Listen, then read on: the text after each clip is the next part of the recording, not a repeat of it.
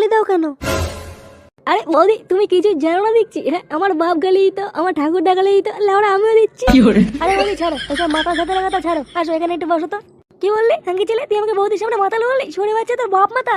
হ্যাঁ বাড়া, আমার বাবা তো মাতাল, আর তোর বাবা তো বালছেরা মহাপুরুষ নাকি? বাপ তুলে কথা বলছি মা। হ্যাঁ, তোর বাপের লুঙ্গির তলা না বাড়া, এটা বাংলা ছিটিয়ে আগুন ধরে দেবো, তখন দেখি বাড়া তোর বাপ ছটফটি উড়িয়ে। কি ঝগড়া করছো কেন?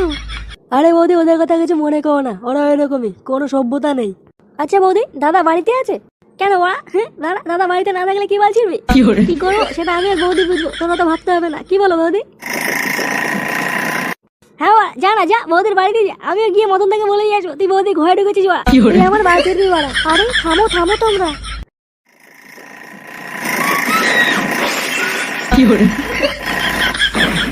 কই কই কই ঝুমা বৌদি কই?